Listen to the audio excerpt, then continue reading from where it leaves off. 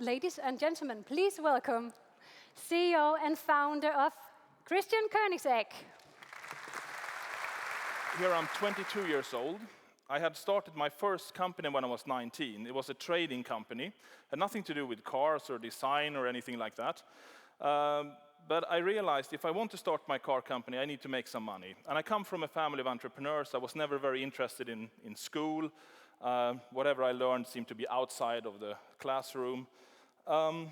So I started a trading company, buying something for X and selling it for Y, which hopefully was more, so I could make some money, so I could build my cars one day. That led me to buying and selling frozen chicken, wrongly printed plastic bags, basically various things. And me and my friend, we built up this company, we made some money, it was a little bit ups and downs.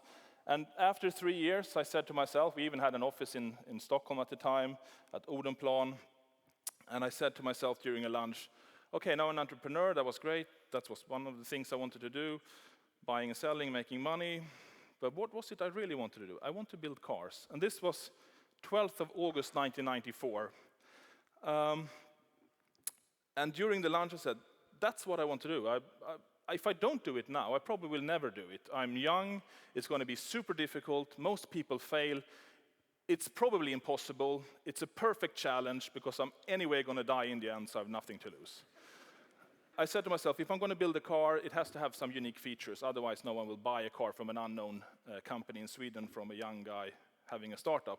So the idea was this super compact, agile, mid-engine car with a detachable, stowable hardtop, so you get 2 cars in one. At the time, it didn't exist. I said to myself, I probably can build this first prototype car with the money I've got, and I'll do it in a year. I probably can find some people that can help me with some chassis development, with some design work, building off of my drawings, and I think I can do it in 1 year. Looking back at that, that was, of course, insanity, but at the time it seemed reasonable.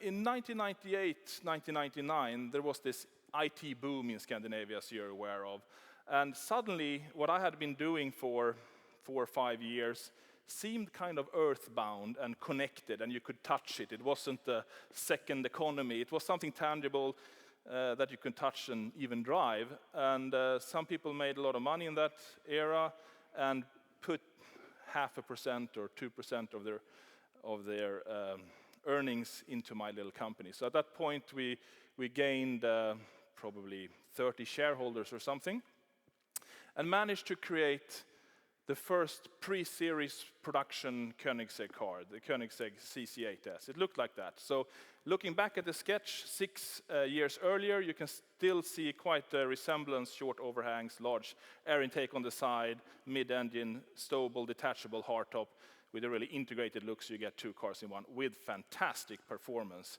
And it's starting to look a little bit mature now. First car delivery, so remember 1994, till 2002. It took 8 years before we could sell anything.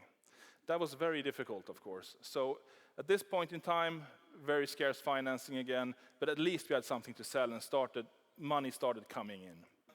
2006, we saw there was a great demand for this type of car in the US. They have different legislation for crash testing and so on. By the way, all our cars comply with emission regulations, with crash regulations, with noise regulations, anything these countries throw at normal car manufacturers, we have to comply with. Of course, that's much more difficult at low volume, but we still do our best. And we managed to create this car, the CCX, which was actually a car pretty much from scratch compared to the CCR, because we redid everything in an evolutionary manner. Looked at the chassis, made it a little bit bigger for bigger Americans, looked at the bumpers, made them fit US regulations. So we worked through every little detail in an evolutionary fashion to be able to have lessons learned put into the car. So we could actually have made it look very much different, but we decided to keep the DNA, the organic shape, the timelessness that we tried to create from the start, even when it was a new car. And that brought us to the US market, which was great. And in 2007, I think we sold 17 cars, which was a record for us at the time. Our cars does not really pollute the planet. We build very few, they're not driven, most of them are not driven as daily drivers, a few are. So whether they're clean or dirty doesn't really matter. But no one needs a car like this. It's about feel-good factors. It needs to be fast. It became faster.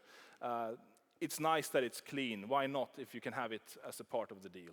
And it was the world's first, let's say, environmentally conscious super hypercar. And as I said when I began talking here, why would you buy a car from a small, obscure Swedish car manufacturer? Because no one else can do what we're doing. If you want that, you can't get it anywhere else. So it's always kind of finding those USPs. If you also look at that one there, it says very small MV at the bottom, because 1,359.41 horsepower is 1 megawatt. So it's the world's first 1 megawatt powered production car. So we got another one into it. In the beginning, very few thought that you would succeed. I think a lot of people have said, "You're crazy, Christian. This will never work. You're going to fight Bugatti, Ferrari. Forget it." And you told about these many years of fighting for a prototype. How did you keep strong while you were living on loans, family money, and so on? How did you keep on being so strong? Well, first of all, when I started, as I had read all these magazines, car magazines, I've also seen everyone fail that started. Only the old established brands succeeded. So I always try to imprint to myself, how am I going to do it different? What did they do wrong? And probably anyway, it's impossible. So it was as much to prove all the naysayers and myself that I was right in saying that anything is possible if you really put your heart and mind to it, regardless of how impossible it seems. So going in with that mentality, of course, when people say, "Oh, you're crazy, it's never going to work," and I said, "I know, but I'm going to do it anyway." And then you're kind of bulletproof in a sense, because you agree with everyone and you keep on running. And if it's dark and you lost all your money, I knew when I started it was impossible, and I'm going to prove to myself that it is possible anyway. So it doesn't matter. And I even remember having no money, car semi-finished, bills piling up, and saying, it's important to enjoy this moment, because if I only feel fear and sadness, I can't really enjoy the success as much as if I stand up and enjoy this situation in the same time. And well, business sometimes is easy and sometimes it's not so easy. From 2007, and I think late 2007, and later on the business could be easier. You faced some financial trouble. Your European market fell sort of off the earth. You still sold cars, very expensive cars, but they were also very expensive to make. How did you survive during those years? Well, we were very lucky that basically 2007, 2008, the air just went out of the US, which was our main market at the time. Europe was actually doing better in 2009 because the US just disappeared. But we were lucky because China was just booming and going the opposite direction of the US, and they had made money and they started getting appetite for these strange thing called hypercars. So basically, US went down, well, China went up, and it kind of compensated. Now we're in an interesting situation where we're getting demand in the US. China maybe is not growing as fast as it used to, but it's still a great appetite there.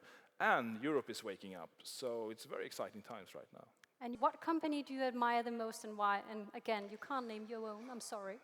But I can mention Tesla, I guess. In my industry, it's just the leader in the general picture. But I would say even more than that, the companies of Elon Musk. I mean, as an entrepreneur, I have basically two entrepreneurs I really look up to, and that's Sir Richard Branson and Elon Musk. What they're doing is just amazing. And you'll meet him a bit later. Oh, great. So will you.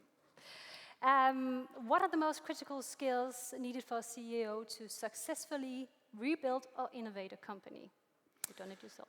Well, there are so many aspects, but if you have to point out a few, and it's been mentioned earlier today, to build a company, you can't do it by yourself. You need the right people to work with.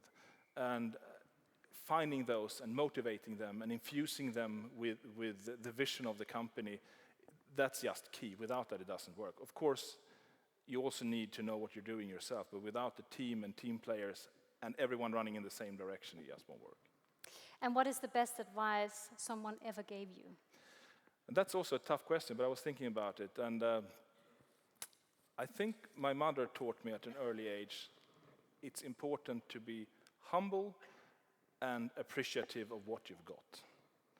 And it's not really a big advice of any sort, but I think if you stay humble and appreciative and focused on running forward, you have less risk of missing important small details on the way than if you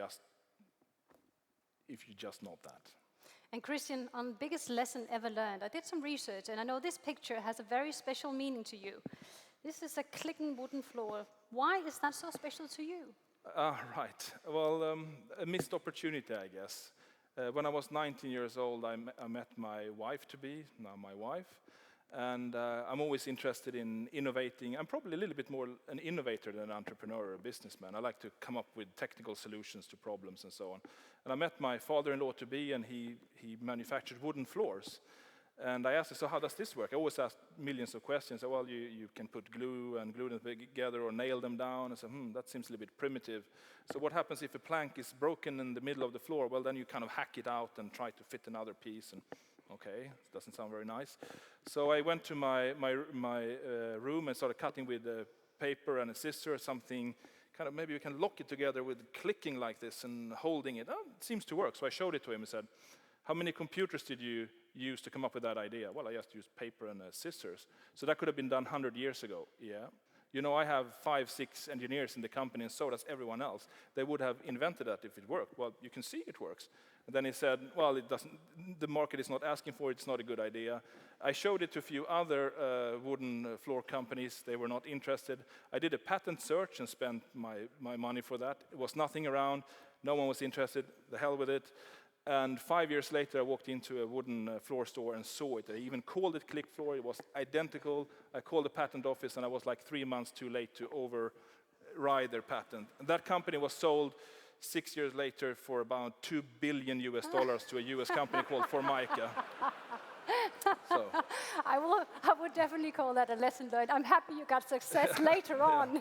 But I say to myself, I probably would have gotten like $200,000-300,000 if someone was interested, like just giving it away. So I would never have gotten $2 billion. But.